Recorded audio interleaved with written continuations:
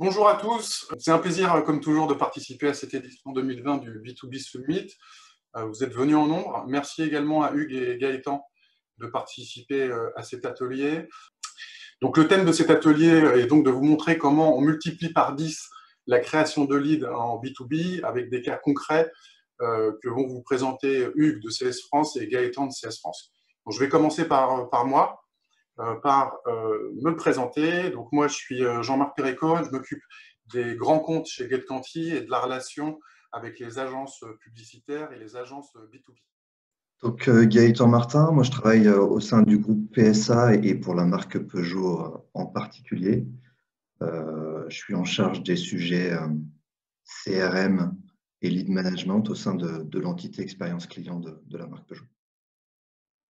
Et bonjour à tous, je suis Hugues Leclerc, responsable marketing digital chez CS France, Construction Specialties. Nous fabriquons des produits de construction et on va voir ensemble la génération de leads B2B. Donc les constats, tout le monde les connaît, mais je vais quand même les rappeler parce qu'on va en faire écho sur les cas concrets qu'on va vous présenter après.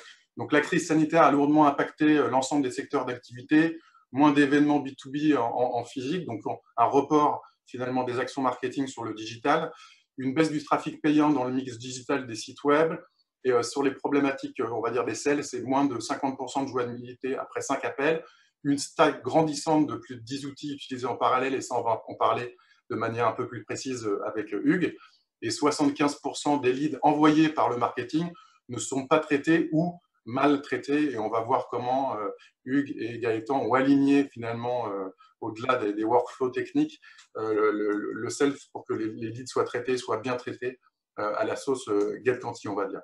Donc rapidement, 2 mots sur GetQuanti. On est une plateforme de création de business pour votre entreprise avec 3 métiers. On rend visible la data B2B et ça de façon 360, c'est-à-dire sur votre site web, sur toutes les actions emailing que vous faites, mais également sur tous vos achats médias. Notre métier historique, et c'est notre deuxième métier, c'est une plateforme de lead generation en temps réel. On est toujours en 360 sur des sites, sur les campagnes que vous faites et aussi sur le social, vers un CRM ou directement vers des sales. Notre troisième métier, pour finir, c'est l'activation finalement de toute cette data au sein de vos outils. Ça peut être du CRM, des outils de marketing automation, de la personnalisation de sites, du chat, jusqu'à aller traiter vos leads en externe par nos équipes. Pourquoi? Parce que, les leads ne sont pas traités ou ils sont mal traités, et nous, on sait bien les traiter avec en plus l'outil GetQuanti derrière nous. Donc voilà en fait toute la data que vous pouvez voir sur ce slide-là qu'on rajoute dans vos outils pour ne plus être aveugle en B2B. Donc je sais ce que vous allez me dire. Est-ce que ça marche? Oui, ça marche. Au-delà de longs discours, on va vous montrer avec 2 cas concrets de mise en place, notamment en termes de workflow et de résultats précis chez CS France et au sein du groupe PSA, comment on a fait pour construire les résultats qu'on va vous montrer, et ce de façon très pragmatique.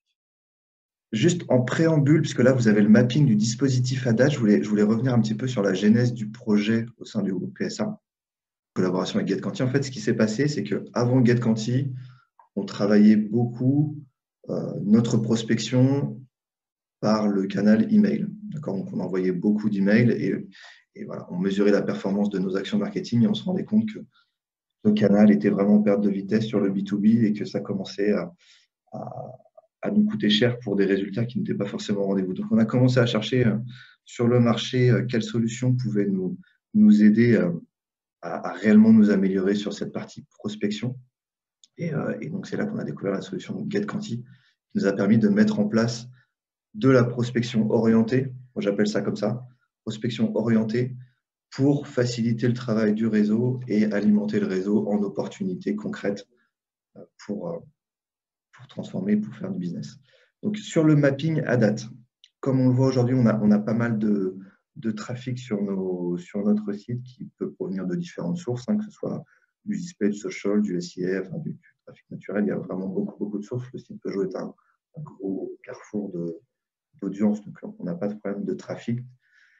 En revanche, ce que nous apporte la technologie GetQuanti, c'est la capacité d'identifier les entreprises qui passent sur nos sites. Ça, c'est extrêmement important puisque Du coup, ça nous permet de savoir quelles sont les entreprises qui nous font quelque part une déclaration d'intention et qui montrent de l'intérêt pour nos produits. Voilà. Donc, GetQuanti nous permet d'identifier toutes ces entreprises, de les scorer, d'enrichir ces opportunités et de nous les transmettre, de nous les envoyer directement dans notre CRM pour que ce soit traité par les équipes de vente.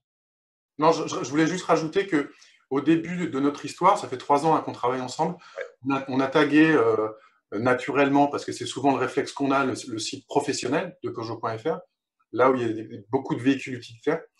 Mais on s'est rendu compte que beaucoup d'entreprises allaient aussi sur le site Peugeot.fr. Donc, dans un deuxième temps, on a tagué aussi le site Peugeot.fr. Pourquoi? Parce que sur le site Peugeot.fr, il y a des véhicules de fonction et les véhicules de fonction sont aussi achetés par des entreprises.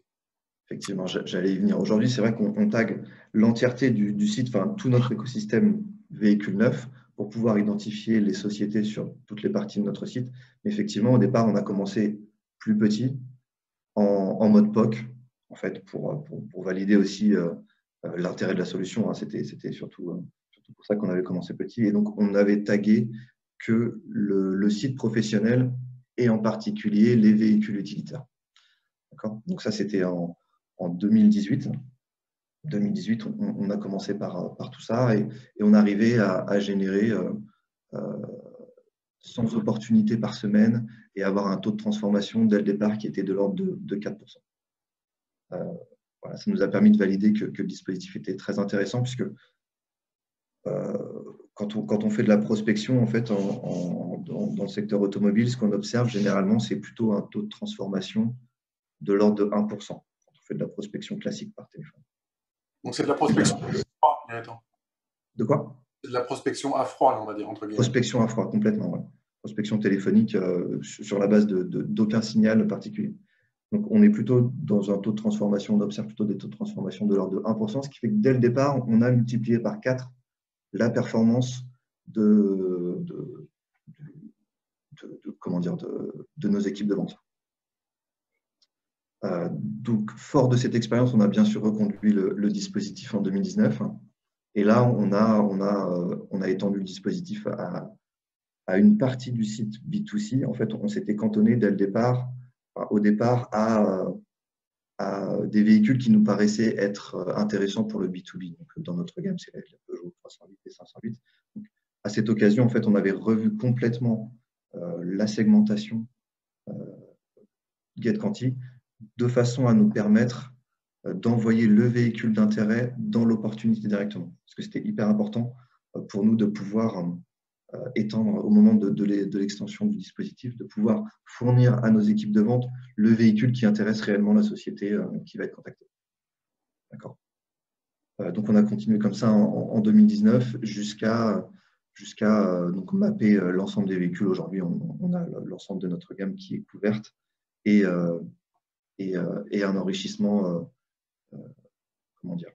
un enrichissement qui provient à la fois de la part de GetQuanti, donc on achète des contacts auprès de GetQuanti pour pouvoir faire nos opérations de rappel, et on fait également un enrichissement de notre côté avec la base de données CRM qu'on a à disposition, qui nous permet en plus de maximiser vraiment le nombre d'opportunités qu'on est capable de traiter dans notre réseau. On peut parler un petit peu de comment s'est passé concrètement le projet. Donc, au démarrage, on a eu quelques petites difficultés justement dues au tracking et au fait qu'il fallait que le dispositif GetQuanti puisse s'adapter à nos outils PSA, puisqu'on n'est pas forcément très flexible de notre côté. Donc, c'est plutôt GetQuanti qui s'est adapté.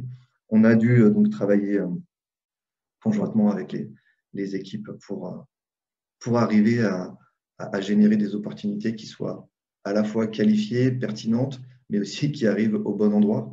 On n'en parle pas souvent, mais le réseau Peugeot, aujourd'hui, c'est 300 concessions à travers la France. Donc, il fallait quand même qu'on puisse router l'opportunité vers le bon point de vente de façon à ce que ce soit traité localement et par les bonnes personnes. Ce que je peux rajouter, c'est que en fait, on exporte en temps réel vers les concessions sur 300 points de vente en fonction de là où est l'entreprise. Ça vaut pour les TPE-PME. Maintenant, on a un autre scénario, c'est à partir du moment où on détecte qu'une entreprise a une velléité de flotte, là, c'est orienté vers un autre département qui est au siège de chez Peugeot. Donc, en fait, on a tout un système de scénarisation et de flux qui ne va pas forcément au même endroit, et ça en temps réel et de manière intelligente. C'est ça, Gaëtan. Exactement. Parce qu'en fait, effectivement, on a un découpage comment dire, de notre clientèle qui fait que les points de vente traitent les petites flottes directement. Et par contre, les grands comptes sont adressés au niveau national par des équipes spécialisées sur la relation avec ces grands comptes. Sorry, I'm having trouble understanding. On route différemment toutes ces opportunités. Voilà, on peut passer peut-être aux résultats, parce que sur le mapping, on a dû faire à peu près le tour. Donc, sur les résultats, aujourd'hui, on est à environ 800 leads, 800 opportunités générées par semaine. Donc, ça fluctue un petit peu en fonction des périodes, ça peut être un peu plus, un peu moins. Et on observe un taux de transformation qui atteint les 10%. C'est quelque chose qui fonctionne plutôt très bien, qui est vraiment un gros pourvoyeur de business aujourd'hui pour le réseau Peugeot France. Et à titre de comparaison, donc on a parlé de la prospection à froid classique qui est plutôt de l'ordre de 1% en termes de transformation, mais on observe que le dispositif GetQuanti surpasse même les performances de nos dispositifs de génération de leads classiques, les formulaires en fait qu'on a sur nos sites qui, eux, ont un taux de transformation plutôt de l'ordre de 7%. Voilà, on arrive vraiment à… Tu voulais dire quelque chose, Jean-Marc? Ouais, non, je voulais dire que c'est assez impressionnant comme chiffre. Moi, je suis surpris de découvrir qu'on surpasse finalement ce que les gens pourraient croire comme le lead ultime, qui est celui qui va s'inscrire sur un site, et que GetQuanti arrive à surperformer là-dessus. Je voulais juste rajouter un point qui est important. Les 800 leads par semaine, ça correspond à des entreprises qui ont été scorées très chaud chez nous. Et tout le reste, on le passe ou en nurturing ou en d'autres traitements. Mais ces 800 leads sont des entreprises très chaudes qui ont été jusqu'à aller voir un véhicule par la même occasion. Je vois dans la slide là qu'on parle rapidement aussi de l'alimentation de notre Google Analytics avec toute la connaissance client. C'est un sujet un petit peu différent, mais effectivement, comme GetQuanti a à disposition beaucoup d'informations en fait, sur les entreprises qu'ils identifient, ils nous font également passer ces informations dans Google Analytics pour nous permettre d'acquérir plus de connaissances clients et voilà, optimiser nos autres opérations marketing plus classiques, nos autres campagnes d'acquisition traditionnelles. Encore, ça nous permet en fait de mieux comprendre quel type de société, quelle typologie de société est intéressée par tel type de véhicule. Et voilà, on arrive à adapter comme ça nos messages pour s'améliorer continuellement. Donc ça, c'est un petit peu à part, ce n'est pas sur la partie génération de leads à proprement parler, mais c'est aussi important. Okay. Gaëtan, je pense qu'on peut s'arrêter là si tu veux. Okay. Pour que ça laisse un peu de temps à parler de son dispositif, ça marche. Des choses intéressantes et très technologiques à nous raconter. Merci Gaëtan. Merci Jean-Marc pour cette introduction et puis merci Gaëtan pour cette présentation et surtout d'avoir introduit les concepts autour de GetQuanti. Je ne vais donc pas avoir besoin de vous parler du mapping du côté GetQuanti. On va pouvoir directement rentrer dans le vif du sujet. Si tu veux m'envoyer la slide, Jean-Marc, c'est avec plaisir. Oui, excuse-moi. Je t'en prie. Donc, Construction Specialties, ce n'est pas Peugeot. Nous sommes une petite PME dans un groupe de taille intermédiaire qui est un groupe américain. Je ne vais pas vous faire à peu près le même discours que Gaëtan, mais on a pris GetQuanti principalement pour détecter et alimenter un pipeline de leads à destination de la vente. Ce qui va être intéressant et dans ce dont a parlé Gaëtan en préambule, je pense, autour du mapping, nous avons à peu près la même démarche, à une envergure bien moindre évidemment en termes de points de vente. Cependant, nous avons des forces commerciales de terrain que nous souhaitons alimenter avec des leads qualifiés. Ce qui est important, je pense, de souligner, c'est pour une PME, comme CS France peut l'être, et ses 150 salariés en France, ce sont les points de friction que nous avons identifiés à la génération de leads. Parce que nous sommes sur des métiers qui sont assez classiques et assez, assez de terrain en ce qui concerne la vente. Et donc, il y avait une petite réticence avec la venue de leads venant de canaux digitaux. Donc, il fallait avant tout construire de la confiance et quelque part alimenter une démarche d'alignement vente et marketing.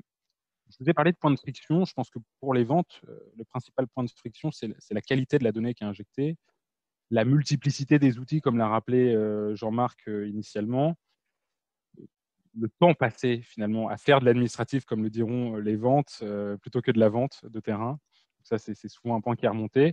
Et pour le marketing et la position plus sales development, SDR, on va dire, c'est un nouveau flux à traiter, de nouveaux leads qui s'ajoutent sans forcément que les ressources humaines augmentent. Donc, il faut trouver des stratégies aussi pour permettre le traitement de tous les leads sur un format de qualité constant, quel que soit le canal d'acquisition. Et puis, je pense qu'il y a un point aussi qui est majeur pour les PME, c'est la partie IT, où on va avoir des déploiements en cascade qui vont prendre énormément de temps, qui vont demander le recours à des consultants, alors que vous, ce que vous voulez, quand vous êtes dans une PME, c'est de la flexibilité, de la vitesse pour pouvoir faire mieux que vos concurrents.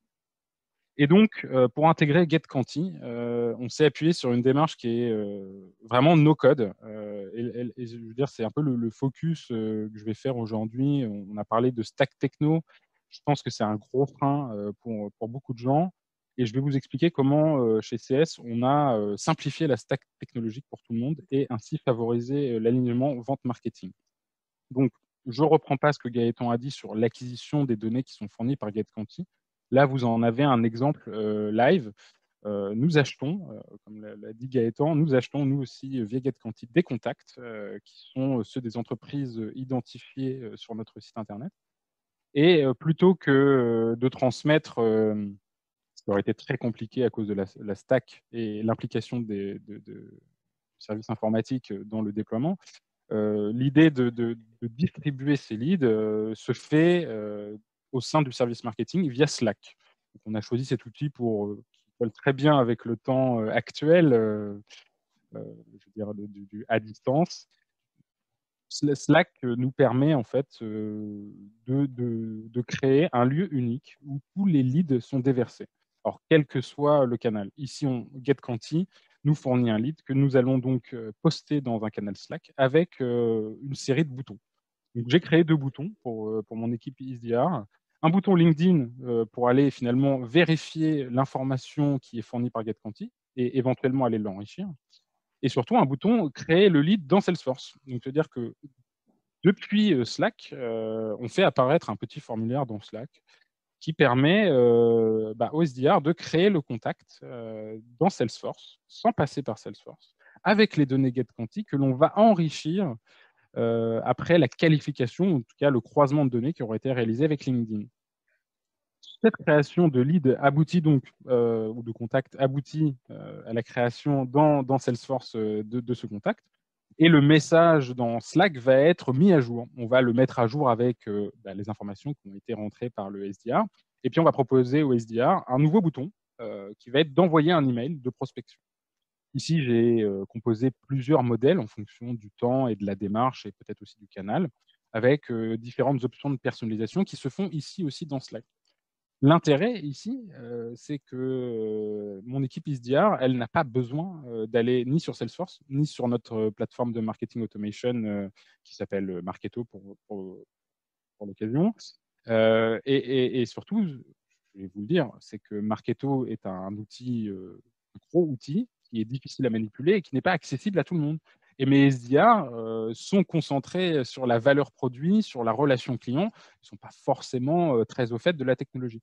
Mon idée, c'était de leur simplifier la vie. Et avec ce petit workflow, mais je n'ai pas le tableau de résultats qui n'apparaît pas. C'est un peu dommage, on n'a pas vérifié cette slide. Ah oui, il apparaît comme ça. Comme Ce que par je magie. voulais vous dire, comme par magie, surtout ce que je voulais vous dire, c'est qu'avec de la donnée achetée, donc en prospection pure et dure, et comme le rappelait Gaëtan, c'est très très difficile de faire de la prospection à froid. On a souvent des taux de transfo qui sont très bas. Aujourd'hui, je n'ai pas de taux de transfo à vous donner, mais surtout, j'ai un très bon taux de réponse qui est aux alentours de 15%. C'est-à-dire que sur tous mes contacts achetés, où je fais un email via les SDR qui est un petit peu personnalisé au contexte et à la situation, j'ai un excellent taux de réponse parce qu'on engage de la conversation et derrière, on génère des opportunités. Et je pense que ça se voit aussi au taux d'ouverture. D'avoir des taux d'ouverture supérieurs à 30% sur du froid, c'est quand même très, très bon. L'intérêt principal, et vous le voyez en bas, c'est qu'on a simplifié la stack et les outils pour l'ensemble des équipes. Les SDR ne travaillent plus qu'avec quasiment un seul outil qui est Slack et LinkedIn. Bien sûr, ils vont dans Salesforce de temps en temps pour faire de la mise à jour, pour remonter de la qualité de données.